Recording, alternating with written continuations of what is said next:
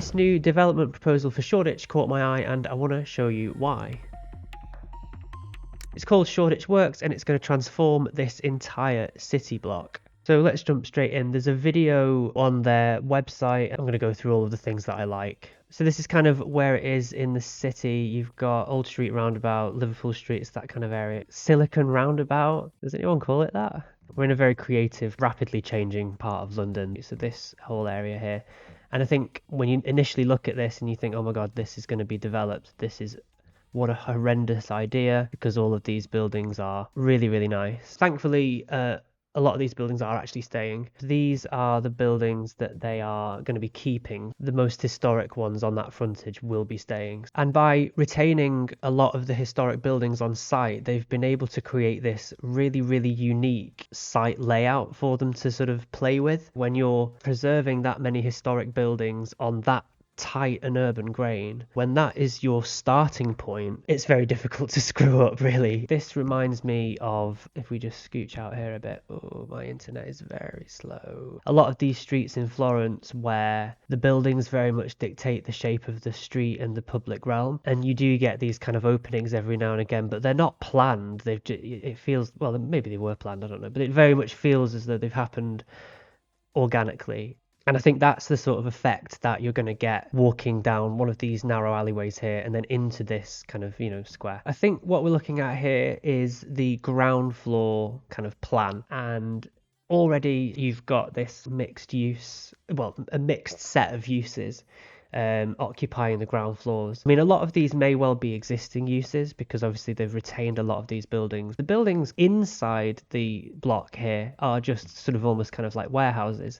But yeah, effectively they're creating a new set of streets within this city block. Is that what we call them in the UK? City blocks? I don't really want to, it's not really a block, is it? Or is it? I don't know. City bit. So we have all of these different uses, and that is going to be good because it's going to keep the area active at all times of day. It keeps those streets nice and busy. It means you're not having parts of the day where it's just dead. So straight away you can see that this development is kind of extending the urban grain a little bit. This turquoise building up ahead on the right is just really, really nice. There's a lot more shots of this later on, but it's essentially these turquoise tiles. They might not be tiles, but they look like tiles. And it's just a simple but elegant centerpiece. Very, very tight streets, and they feel quite historic, I think, because these buildings here, especially the one on the right, you can see that it takes cues from sort of the Victorian historic buildings. It reminds me a bit of Neal's Yard, which, if you haven't been, is a great little bit near Covent Garden. I have a bit of a cold, sorry. And I think that's a really, really successful little urban space. And it might be quite a ludicrous way to define success, but you see a lot of people taking pictures of that. So it's obviously something that,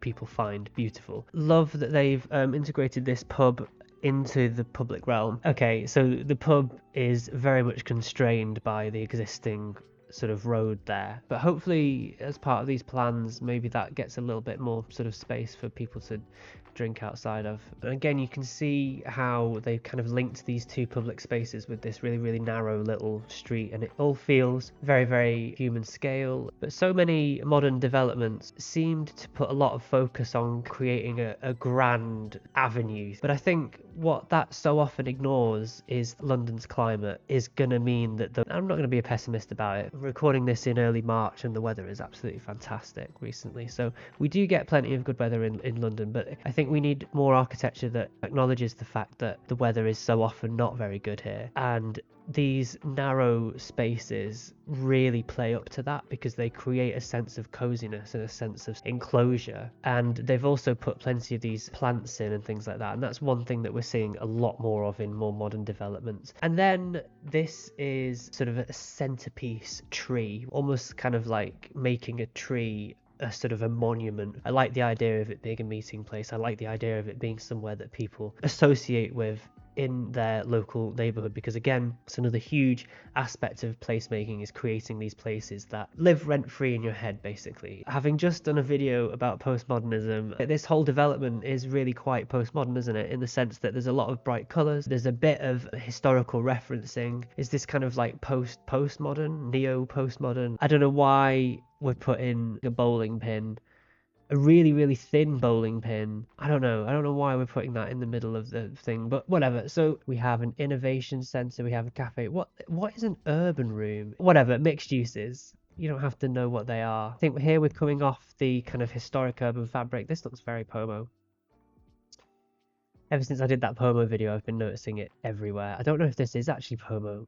It's a very neo-Pomo development. So we have these pedestrian walkthroughs, and this is just another example of this development recognizing the fact that this is London and recognizing the fact that it does rain. They offer somewhere to walk through where you'll be dry for a little bit, and they offer somewhere to shield from the rain. Quite a cool idea to put a mosaic on the walls instead of the floors. And yeah, there's a cafe here that spills out into the public realm. Is really, really nice. I don't know what this is. It kind of reminds me of those, when you went to the dentist as a kid. They are creating, quite cleverly, an entire new district of the city where currently there's nothing. Okay, it feels like we're at the end of that video. So the other thing I wanted to go through is, yeah, this sort of corner bit is just really, really nice, especially this sort of block at the back here, which kind of echoes Art Deco a little bit. Good architecture, good placemaking nails those corners.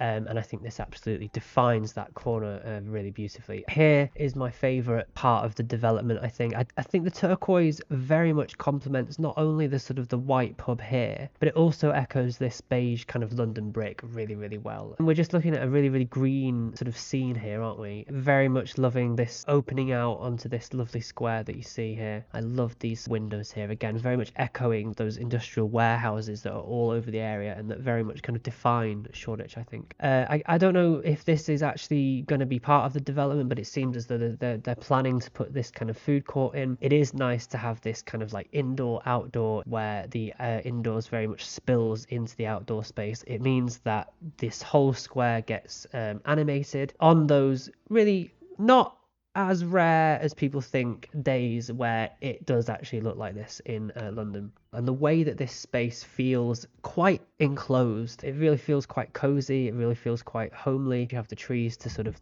buffer any wind. I think that's it. So those are just my thoughts on Shoreditch Works. I hope you enjoyed it. Testing out sort of a new kind of format here, I guess. Let me know in the comments what you think of the development. If you notice here, these streets next to the site, if you look at the site here, they're all quite small as well. And I know that if we drop down into one of these streets, it's very much a similar vibe.